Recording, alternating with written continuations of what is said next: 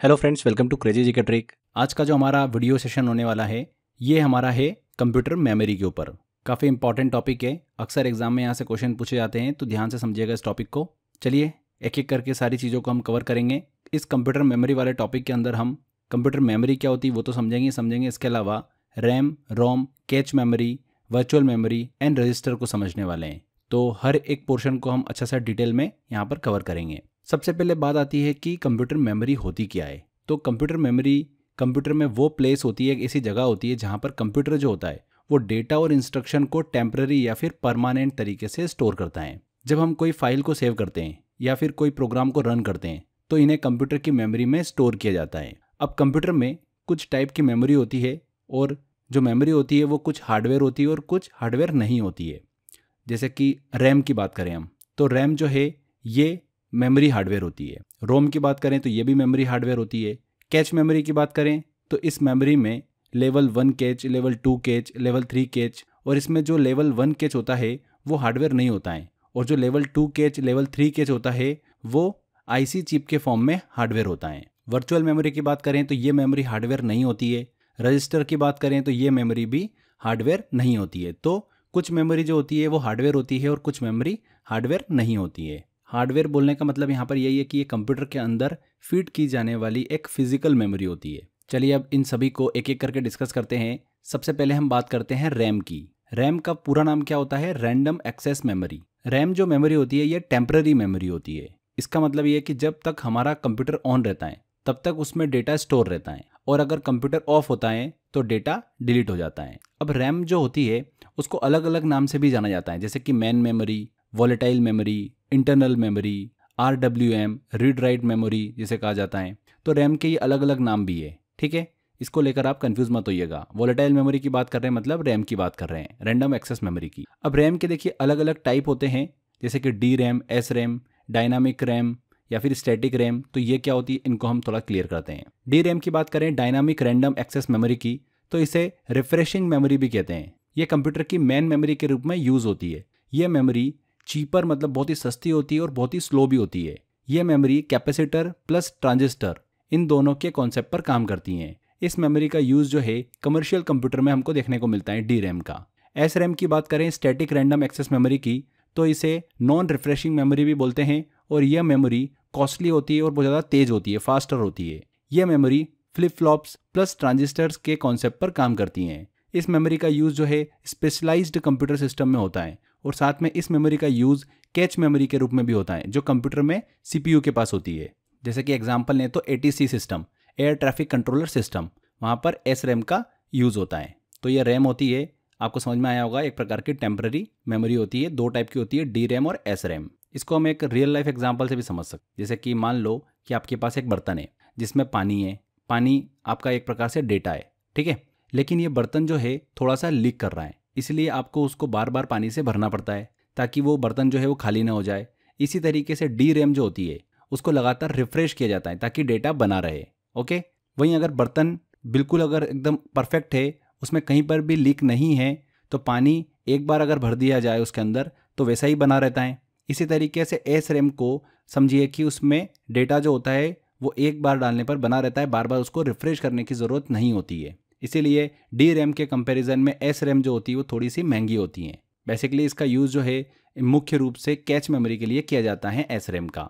आगे बात करते हैं अब हम रोम की, रीड ओनली मेमोरी की। तो एक ऐसी मेमोरी होती है जिसमें डेटा या फिर प्रोग्राम को पहले से ही स्टोर कर दिया जाता है और उसे बदला नहीं जा सकता। इसे एम रोम, मास्क्ड रीड ओनली मेमोरी भी कहते हैं। मास्क्ड रीड ओनली मेमोरी क्यों कहते हैं ये हम आगे समझेंगे। रोम की बात कर रहे हैं हम, तो रीड ओनली मेमोरी का मतलब यहाँ पर यह है कि आप इस मेमोरी में सिर्फ डेटा को पढ़ सकते हैं। रीड ओनली मेमोरी, सिर्फ रीड कर सकते हो मेमोरी को, लेकिन इसमें बदलाव मतलब राइट या फिर इरेज नहीं कर सकते हो। रोम एक नॉन इरेजेबल मेमोरी होती है, जिसका मतलब है कि इसमें एक बार जो प्रोग्राम डाल दिया गया वो स्थायी रूप से रहता है और उसे बदला या फिर हटाया नहीं जा सकता।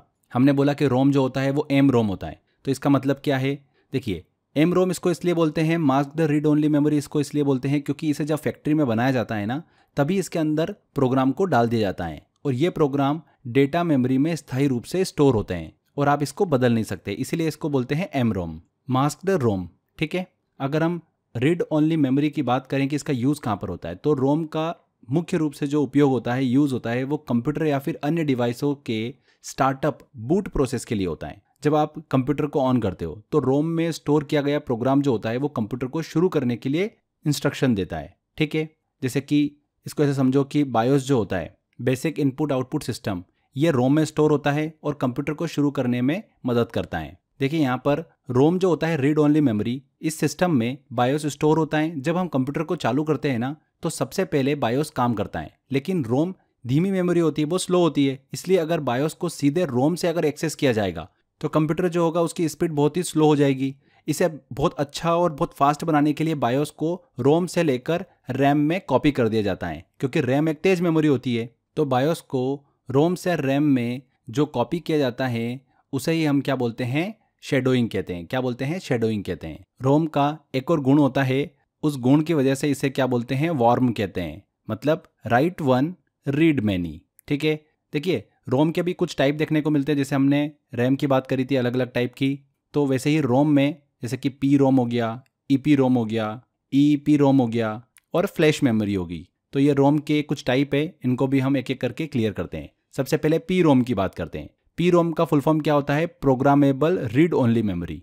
अब ये क्या है, देखो पी रोम एक प्रकार की रीड ओनली मेमोरी होती है जिसे एक बार प्रोग्राम किया जा सकता है, मतलब इसमें डेटा को सिर्फ एक बार लिख सकते हैं और फिर उसे बदल नहीं सकते हम।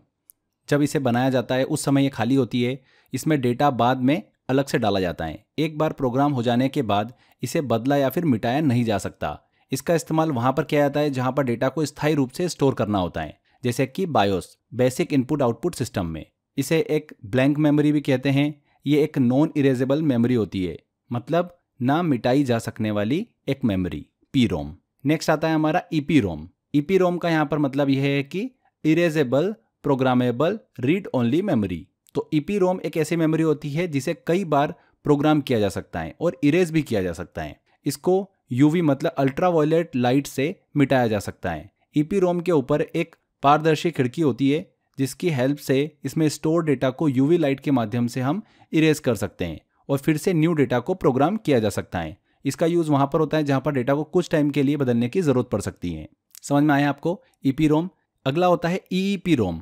ईईपी रोम का फुल फॉर्म ये होता है electrically erasable programmable read only memory. EEPROM एक ऐसी मेमोरी होती है जिसे इलेक्ट्रिकली इरेज और प्रोग्राम किया जा सकता है। इसे बार बार प्रोग्राम और इरेज किया जा सकता है और इसका यूज़ कंप्यूटर में सेटिंग को स्टोर करने के लिए किया जाता है। इसका सबसे बड़ा बेनिफिट ये होता है कि इसमें पूरी चिप को इरेज किए बिना कुछ स्पेशल प्लेस भी चेंज की जा सकती है। तो ये होती है ईईपी रोम।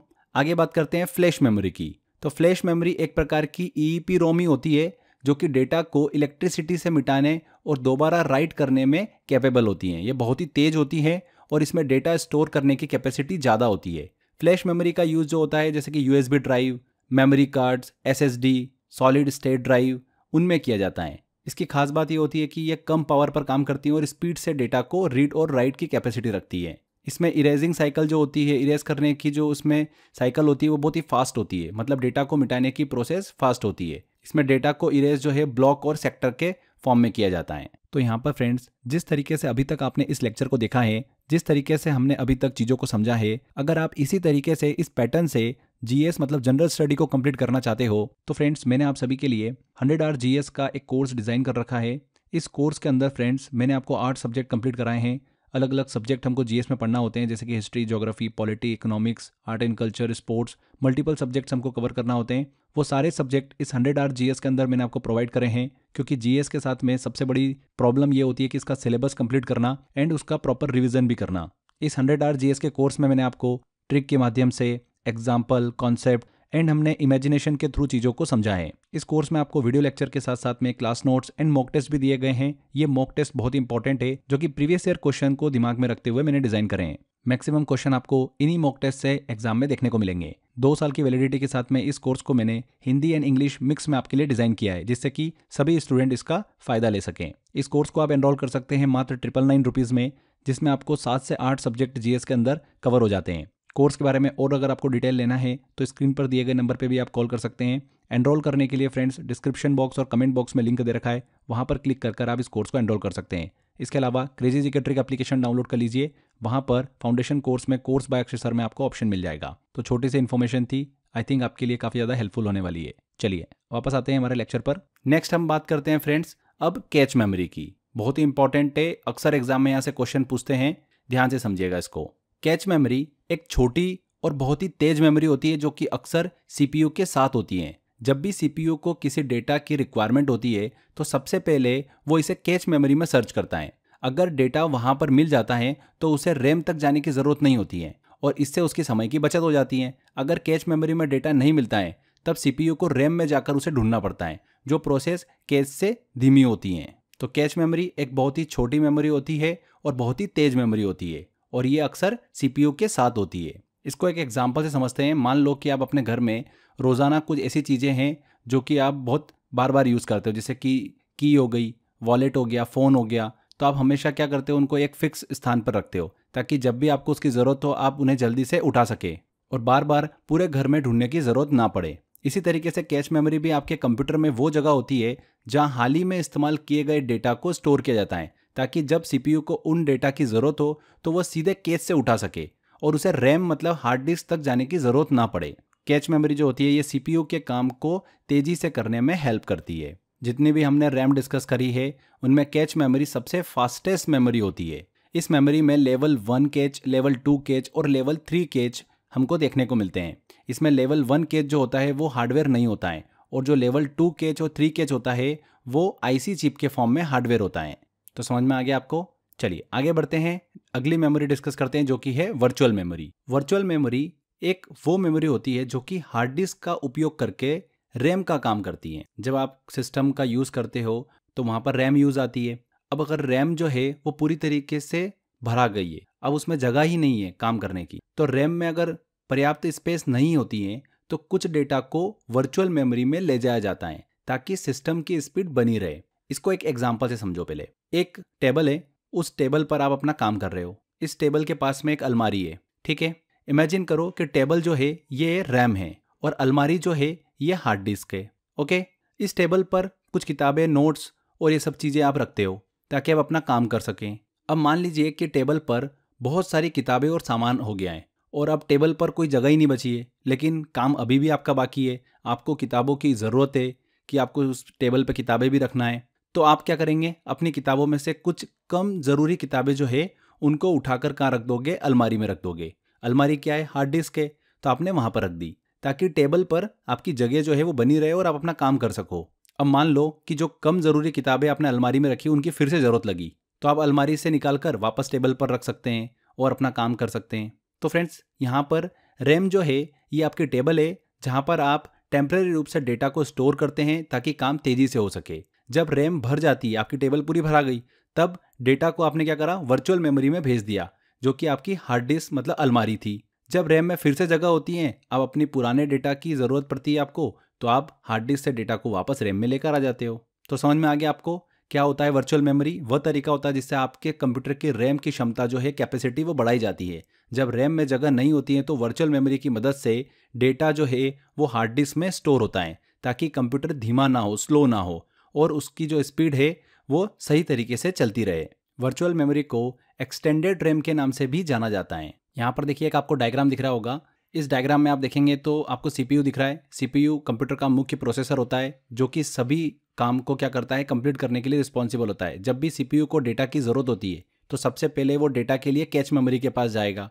कैच मेमोरी एक तेज मेमोरी होती है जो कि हाल ही में उपयोग किए गए जो डेटा होता है या इंस्ट्रक्शन होते हैं उसको स्टोर करके रखती है। अगर सीपीयू को ज़रूरी डेटा कैच में मिल जाता है तो वो तुरंत उसे क्या करके यूज़ करके उसकी प्रोसेसिंग करके उसको रिजल्ट दे देता है। अब अगर सीपीयू को डेटा कैच में नहीं मिलता है तो वह अगले स्टेप जो है मेमोरी यानी रैम के पास पहुंचता है, वहां से डेटा को लेता है। रैम अभी हमने डिस्कस किया मुख्य मेमोरी होती है जहां पर प्रोग्राम और डेटा को अस्थायी रूप से स्टोर किया जाता है। रैम की जो स्पीड होती है वो कैच की तुलना में थोड़ी कम होती है, लेकिन फिर भी यह हार्ड डिस्क की तुलना में तेज होती है। जब रैम में अगर कंप्लीट स्पेस नहीं होती है, पर्याप्त जगह नहीं होती है, तो कुछ डेटा को हार्ड डिस्क पर भेज दिया जाता है। इस प्रोसेस को क्या बोलते हैं, पेजिंग कहते हैं। वर्चुअल मेमोरी का उपयोग तब होता है जब रैम पूरी तरीके से भर जाती है, तब रैम का डेटा हार्ड डिस्क पर भेज दिया जाता है और वर्चुअल मेमोरी के रूप में स्टोर होता है। यह हार्ड डिस्क पर एक अस्थायी टेम्परेरी मेमोरी होती है जो कि रैम के तौर पर काम करती हैं। जब रैम में फिर से जगह बन जाती है तो सीपीयू को उस डेटा की ज़रूरत होती है, तो वो वर्चुअल मेमोरी से डेटा वापस रैम में लाता है। तो इस डायग्राम में आप पूरी तरीके से मेमोरी मैनेजमेंट को अच्छे से समझ सकते हैं। आगे अब हम बात करते हैं रजिस्टर की। बहुत ही इंपॉर्टेंट है ये भी। देखिए फ्रेंड्स, हमने कैच मेमोरी पढ़ा था। क्या बोला था हमने कि ये सबसे तेज मेमोरी होती है, पर रजिस्टर की बात करें फ्रेंड्स तो सीपीयू के अंदर की सबसे छोटी और ये सबसे तेज मेमोरी होती है। कैच मेमोरी से भी तेज होती है ये वाली। तो एग्जाम में अगर ऑप्शन में आपको रजिस्टर दिखे और क्वेश्चन ऐसा पूछे कि सबसे तेज मेमोरी इनमें से कौन सी है, तो रजिस्टर वहां पर सही आंसर होगा। ठीक है, तो ये चीज आप दिमाग में रखिएगा। सीपीयू के अंदर पाई जाने वाली एक विशेष प्रकार की मेमोरी होती है रजिस्टर। ये कंप्यूटर की सबसे तेज मेमोरी होती है। हालांकि इसकी जो कैपेसिटी होती है, क्षमता होती है, बहुत ही कम होती है। सीपीयू किसी भी इंस्ट्रक्शन को प्रोसेस करने के लिए सबसे पहले रजिस्टर का उपयोग करता है, क्योंकि यह मेमोरी रैम या फिर कैश से भी तेज होती है। इसकी स्पीड जितनी भी मेमोरी होती है उनकी तुलना में सबसे ज़्यादा होती है, इसीलिए इसका उपयोग जो है सीपीयू द्वारा डेटा प्रोसेसिंग के लिए किया जाता है। सीपीयू जो होता है, जब भी कोई कैलकुलेशन या डेटा प्रोसेस करता है तो वह क्या करता है, टेम्परेरी रूप से डेटा को रजिस्टर में स्टोर करता है। जब भी कोई प्रोग्राम सीपीयू पर चल रहा होता है, उस प्रोग्राम के इंस्ट्रक्शन रजिस्टर में स्टोर किए जाते हैं ताकि सीपीयू तेजी से उन्हें प्रोसेस कर सके। बेसिकली रजिस्टर का काम जो होता है वो डेटा को प्रोसेस करना होता है और कैलकुलेशन को तेजी से करने के लिए इसका यूज़ किया जाता है सीपीयू के द्वारा। समझ में आ गया आपको? बहुत ही छोटी मेमोरी होती है, सबसे तेज होती है और टेम्परेरी डेटा को स्टोर करती है। यहाँ पर आप डायग्राम में देख सकते हैं, यहाँ पर जो सीपीयू दिख रहा है आपको, कंप्यूटर का मुख्य प्रोसेसर होता है, सभी इंस्ट्रक्शन और डेटा को प्रोसेस करता है। सीपीयू के अंदर बेसिकली देखिए हमको 3 घटक देखने को मिलते हैं, 3 पार्ट देखने को मिलते हैं। एक होता है एएलयू, अर्थमेटिक लॉजिक यूनिट। यहाँ पर कैलकुलेशन और लॉजिक पर आधारित जो कार्य होता है, वर्क होता है, वो किया जाता है। दूसरा होता है सीयू, कंट्रोल यूनिट। ये पूरे सिस्टम के जो भी वर्क होता है उसको कंट्रोल करने का काम करता है, एग्जीक्यूशन करता है उसका। तीसरी ये देखिए इसका पार्ट होता है एमयू, मतलब मेमोरी यूनिट। इसे सेट ऑफ रजिस्टर कहा जाता है। यह सीपीयू के अंदर एक टेम्परेरी डेटा को स्टोर करता है और सबसे तेज मेमोरी होती है ये। तो आपको समझ में आ गया, मेमोरी यूनिट क्या होती है? रजिस्टर्स का समूह होता है। और जो रजिस्टर होते हैं वो फ्लिप फ्लॉप्स का कॉम्बिनेशन होते हैं। Flip flops single bit data storage unit होता है। ऐसा इसलिए इसको कहा जाता है क्योंकि यह एक समय में केवल एक बीट 0 या फिर 1 को स्टोर कर सकता है। आगे देखिए, कंप्यूटर में बात करें हम तो 7 रजिस्टर्स हमको देखने को मिलते हैं। MBR या फिर MDR, मेमोरी बफर या डेटा रजिस्टर इसे बोला जाता है। दूसरा रजिस्टर होता है MAR या फिर AR, मेमोरी एड्रेस रजिस्टर। तीसरा PC, प्रोग्राम काउंटर। चौथा ID, इंस्ट्रक्शन डिकोडर। पांचवा इंस्ट्रक्शन रजिस्टर। छठा होता है हमारा इनपुट आउटपुट रजिस्टर और सातवां होता है एक्यूमुलेटर। तो ये सब क्या होते हैं, थोड़ा थोड़ा इनके बारे में भी हम इन्फॉर्मेशन ले लेते हैं। सबसे पहले हम बात करते हैं MBR की या फिर MDR, मेमोरी बफर या फिर डेटा रजिस्टर जिसे कहा जाता है। ये रजिस्टर जो होता है ये सीपीयू और मेमोरी के बीच में डेटा ट्रांसफर को कंट्रोल करता है। अगर इनके बीच में डेटा ट्रांसफर जो होता है अगर वो स्लो होता है तो उसे ही क्या बोलते हैं, बफरिंग कहते हैं। तो बफरिंग होना MDR से रिलेट करता है, ये चीज़ आप ध्यान रखिएगा। बफरिंग का मतलब है डेटा रुक रुक कर आना। नेक्स्ट रजिस्टर आता है हमारा MAR या फिर AR, मेमोरी एड्रेस रजिस्टर बोलते हैं इसको। ये वो रजिस्टर होता है जिसमें उस मेमोरी लोकेशन का एड्रेस जो होता है वो स्टोर किया जाता है जहां से सीपीयू डेटा को लेना चाहता है। सिंपल लैंग्वेज में समझे इसको हम तो सीपीयू को ये बताता है कि मेमोरी में किस जगह से डेटा लेना है या किस जगह पर डेटा को स्टोर करना है, तो ये बताता है MAR। PC की बात करें, प्रोग्राम काउंटर की, तो ये वह रजिस्टर होता है जो ये बताता है कि प्रोग्राम में अगला इंस्ट्रक्शन जो है वो कहाँ से लोड करना है। जब एक इंस्ट्रक्शन पूरा हो जाता है तो PC अगले इंस्ट्रक्शन की मेमोरी लोकेशन का पता रखता है। ID की बात करें, इंस्ट्रक्शन डिकोडर की, तो इसका काम होता है कि प्रोग्राम के इंस्ट्रक्शन को डिकोड करना, यानी उन्हें समझना कि सीपीयू को क्या काम करना है। यह रजिस्टर इंस्ट्रक्शन को पढ़ता है और उसे प्रोसेस करने के लिए सीपीयू को बताता है कि क्या करना है। इंस्ट्रक्शन रजिस्टर की बात करें तो इंस्ट्रक्शन रजिस्टर वो रजिस्टर होता है जिसमें प्रोग्राम का करंटली इंस्ट्रक्शन जो होता है वो स्टोर होता है जिसे सीपीयू प्रोसेस कर रहा होता है। सीपीयू के लिए एक ये टेम्परेरी मेमोरी होती है जहां पर प्रेजेंट में जो प्रोसेसिंग हो रही होती है वो इंस्ट्रक्शन स्टोर किया जाता है। इनपुट आउटपुट रजिस्टर की बात करें तो इसका यूज़ जो है सीपीयू और इनपुट आउटपुट डिवाइस के बीच में डेटा ट्रांसफर के लिए किया जाता है, जैसे कि कीबोर्ड, मॉनिटर। जब भी कोई डेटा इनपुट या आउटपुट होता है तो पहले वो इनपुट आउटपुट रजिस्टर में स्टोर होता है और फिर उसे प्रोसेस किया जाता है। लास्ट में एक्यूमुलेटर की बात करें तो एक्यूमुलेटर रजिस्टर जो है ये सीपीयू का सबसे इंपॉर्टेंट रजिस्टर होता है, जिसका यूज़ जो होता है वो कैलकुलेशन के जो रिजल्ट होते हैं ना उसको स्टोर करने के लिए किया जाता है। ये उन सभी डेटा को टेम्परेरी रूप से स्टोर करता है जिसे सीपीयू द्वारा प्रोसेस किया जा रहा है। तो आपको समझ में आ गया, MBR मेमोरी से डेटा लाता है, MAR जो होता है मेमोरी में डेटा की लोकेशन बताता है, PC जो होता है वो अगले इंस्ट्रक्शन का पता रखता है, ID जो होता है इंस्ट्रक्शन को डिकोड करता है, IR जो होता है वो प्रेजेंट में इंस्ट्रक्शन को स्टोर करके रखता है, इनपुट आउटपुट रजिस्टर जो होते हैं वो इनपुट आउटपुट डिवाइस से डेटा ट्रांसफर करता है, एक्यूमुलेटर की बात करें तो CPU की कैलकुलेशन के रिजल्ट को स्टोर करता है। तो ये हमने सातों रजिस्टर के बारे में बेसिक इन्फॉर्मेशन कवर करी है। आगे देखिए हम फास्टेस्ट टू स्लोवेस्ट मेमोरी को देखते हैं कंप्यूटर की। तो रजिस्टर जो होता है देखिए हमने डिस्कस किया था कि फास्टेस्ट मेमोरी होती है, कैच मेमोरी इसके बाद की सेकंड नंबर की फास्टेस्ट मेमोरी होती है, फिर रैम का नंबर आता है, इसके बाद में फिर रोम का आता है, EEPROM, SSD इसका नंबर आता है, नेक्स्ट फिर हार्ड डिस्क और मैग्नेटिक डिस्क का नंबर आता है, इसके बाद optical disk, CD, DVD, BRD इनका नंबर आता है, एंड लास्ट में मैग्नेटिक टेप का नंबर आता है, चुंबकीय टेप। सबसे स्लोएस्ट मेमोरी होती है मैग्नेटिक टेप। ठीक है, लास्ट में फ्रेंड्स मेमोरी यूनिट को भी हम डिस्कस कर लेते हैं। मेमोरी की जो इकाइयाँ होती है, बिट, बाइट, KB, इन सबको हम अच्छे से डिस्कस करते हैं क्योंकि क्वेश्चन यहाँ से भी पूछे जाते हैं। मेमोरी यूनिट्स जो होती है उससे मेमोरी की यूनिट का मेजरमेंट करते हैं, जिनसे कंप्यूटर में डेटा की क्वांटिटी को मेजर किया जाता है। मेमोरी यूनिट जैसे कि बिट हो गया, बाइट हो गया, KB, MB, GB ये सभी मेमोरी यूनिट्स हैं। ये बताती है कि कंप्यूटर में कितनी स्पेस अवेलेबल और कितनी इन्फॉर्मेशन को स्टोर किया जा सकता है। सबसे पहले बात करते हैं हम बाइनरी सिस्टम की। कंप्यूटर में डेटा बाइनरी सिस्टम पर आधारित होता है जो कि 0 और 1 का यूज करके हम स्टोर करते हैं। 0 और 1 को क्या बोलते हैं? बिट्स कहते हैं। 0 जो होगा वो 1 बिट होगा और 1 जो होगा वो भी 1 बिट होगा। क्लियर? अब आगे देखिए 2-3 टर्म है, काफी इंपॉर्टेंट है, बिट, निबल और बाइट। तो एक बिट बाइनरी में एक अंक होता है, इसे बाइनरी डिजिट भी कहते हैं। एक निबल जो होता है वो 4 बाइनरी बीट का एक समूह होता है, यानी 4 बिट, उसको क्या बोलते हैं? एक निबल बोलते हैं। 1 बाइट जो होगा वो 8 बाइनरी बीट का एक समूह होता है, ग्रुप होता है। 8 बिट्स बराबर 1 बाइट। क्लियर? आगे देखिए कुछ लार्ज मेमोरी यूनिट भी हम डिस्कस करते हैं। स्मॉल से हम देखिए लार्ज की तरफ चलते हैं। सबसे पहले हम KB की बात करते हैं, इसको बोलते हैं किलोबाइट। क्या बोलते हैं? किलोबाइट। 1 KB इक्वल टू कितने बाइट्स होते हैं? 2 की पावर 10, जो कि होता है 1024 बाइट्स। मतलब 1 KB में लगभग 1000 बाइट्स जो होते हैं वो देखने को मिलते हैं। एक MB की बात करेंगे तो यहाँ पर MB का मतलब है मेगाबाइट। तो 1 MB में 2 की पावर 20 बाइट्स होते हैं, लगभग 10 लाख बाइट्स होते हैं। 1 गीगाबाइट की बात करें तो 2 की पावर 30 बाइट्स। गीगाबाइट का जो यूज होता है आमतौर पर बड़े डेटा को मापने के लिए किया जाता है, जैसे कि फाइल्स हो गई या फिर वीडियो हो गए। 1 टेराबाइट की बात करेंगे टीवी की तो 2 की पावर 40 बाइट्स, मतलब लगभग 1 खरब बाइट्स इसमें हमको देखने को मिलते हैं। और ये स्टोरेज यूनिट जो होती है कंप्यूटर हार्ड ड्राइव्स और बड़े जो डेटा स्टोरेज डिवाइस होती है उनमें आमतौर पर यूज होती है। इसके आगे 1 PB की बात करें तो ये पेटाबाइट होता है। 1 PB इक्वल टू होता है 2 की पावर 50 बाइट्स। 1 EB की बात करें तो एक्साबाइट होता है, 2 की पावर 60 बाइट्स होता है 1 EB इक्वल टू। 1 ZB की बात करें जेटाबाइट तो 1 जेटाबाइट इक्वल टू होता है 2 की पावर 70 बाइट्स। एंड लास्ट में 1 YB जो कि होता है योटाबाइट। 1 YB इक्वल टू 2 की पावर 80 बाइट्स। ये सबसे बड़ी स्टोरेज इकाई होती है। सबसे बड़ी स्टोरेज यूनिट कौन सी होती है? योटाबाइट होती है। एग्जाम में पूछ सकते हैं, इसलिए ध्यान रखिएगा इस चीज़ को। इसका यूज़ जो है बहुत बड़े डेटा स्टोरेज के लिए किया जाता है, जैसे बड़ी जो टेक कंपनियों के डेटा सर्वर होते हैं वहाँ पर। तो अलग अलग हमने मेमोरी यूनिट को डिस्कस किया। इसमें सबसे छोटी जो मेमोरी यूनिट है वो कौन सी है? बाइट है। और सबसे बड़ी कौन सी है? योटाबाइट है। जितनी बड़ी अगर यूनिट होती है उतना ज़्यादा डेटा स्टोर किया जा सकता है उसमें। आगे एक छोटा सा रिलेशन और देख लेते हैं अपन कंप्यूटर मेमोरी यूनिट से रिलेटेड। एग्जाम में पूछते हैं 1 KB इक्वल टू पूछ लेते हैं कि कितने बाइट होते हैं, तो 1024 बाइट। 1 MB इक्वल टू कितनी KB होती है? तो 1 MB इक्वल टू 1024 KB। या 1 गीगाबाइट इक्वल टू कितने MB होती हैं?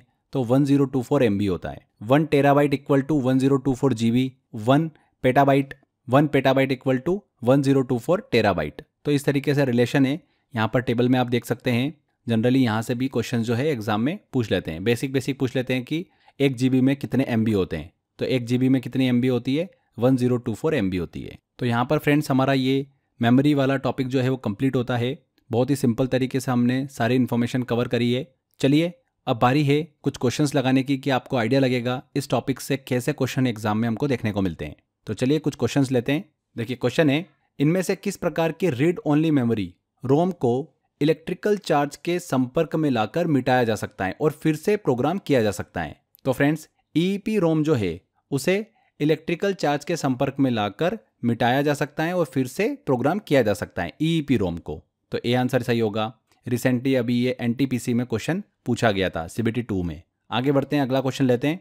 इनमें से कौन से कथन सत्य हैं? तो SRAM और DRAM दोनों रैंडम एक्सेस मेमोरी है, बिल्कुल सही। SRAM और DRAM दो टाइप हमने डिस्कस किए थे। यहाँ पर देखिए ए आंसर तो बिल्कुल सही है। आगे की ऑब्वियस सी बात है, ऑप्शन जो होंगे वो सारे गलत होंगे। SRAM एक नॉन वोलेटाइल मेमोरी है, ये तो गलत है। SRAM जो है वो वोलेटाइल मेमोरी होती है। DRAM SRAM से तीव्र होती है। DRAM जो होती है वो SRAM से स्लो होती है। SRAM को समय समय पर रिफ्रेशिंग करने की आवश्यकता होती है, तो ये पॉइंट भी गलत है, इसको रिफ्रेश करने की आवश्यकता नहीं होती है, DRAM को होती है। तो फ्रेंड्स यहाँ पर ए आंसर बिल्कुल सही होगा। तो देखा हमने, इस तरीके से ही क्वेश्चन एग्जाम के अंदर बनते हैं। अगर आप इसी तरीके से फ्रेंड्स पूरी GS को पढ़ना चाहते हैं, सिंपल तरीके से, सिंपल वे में, कॉन्सेप्ट से, ट्रिक से, to the point, exam oriented, वही कंटेंट जो लगातार एग्जाम में पूछा जा रहा है, तो आप मेरा 100 आवर GS का कोर्स ले सकते हैं। पूरी GS को मैंने इसी माध्यम से पढ़ाया है उस कोर्स के अंदर। जहाँ पर कॉन्सेप्ट की ज़रूरत थी वहाँ पर हमने कॉन्सेप्ट से पढ़ा, जहाँ पर लगा कि ट्रिक से याद करना चाहिए वहाँ पर हमने ट्रिक से याद किया, जहाँ पर हम मैप से, एनिमेशन के थ्रू पढ़ सकते थे वहाँ पर हमने उस माध्यम से पढ़ा। टू द पॉइंट वही चीज़ें जो एग्जाम में पूछी जाती है, एग्जाम ओरिएंटेड अप्रोच रखा। हिंदी एंड इंग्लिश मिक्स में मैंने आपको इसमें पढ़ाया हुआ है। 2 साल के वैलिडिटी के साथ में आप इस कोर्स को एनरोल कर सकते हैं। अगर आप ये कोर्स लेना चाहते हैं तो डिस्क्रिप्शन बॉक्स और कमेंट बॉक्स में लिंक दे रखा है, वहाँ पर क्लिक कर आप एनरोल कर पाएंगे। इसके अलावा आप crazy GK trick application download कर सकते हैं। वहाँ पर फाउंडेशन कोर्स में कोर्स बाय अक्षय सर में आपको ज्वाइन करने का ऑप्शन दिया हुआ है। तो जो स्टूडेंट सीरियसली एग्जाम को क्रैक करना चाहते हैं 100% वो इस कोर्स की तरफ जा सकते हैं। तो आज के सेशन में फ्रेंड्स इतना ही। आई होप आपको वीडियो अच्छा लगा है, मेहनत अच्छी लगी है। अगर वीडियो अच्छा लगा है तो वीडियो को लाइक कर दीजिए, शेयर कर दीजिए एंड कमेंट करके ज़रूर बताइएगा कि वीडियो कैसा लगा। अगर आपने अभी तक चैनल को सब्सक्राइब नहीं करा है तो सब्सक्राइब भी कर लीजिए। मिलते हैं फ्रेंड्स अगले वीडियो में। Till then, bye bye.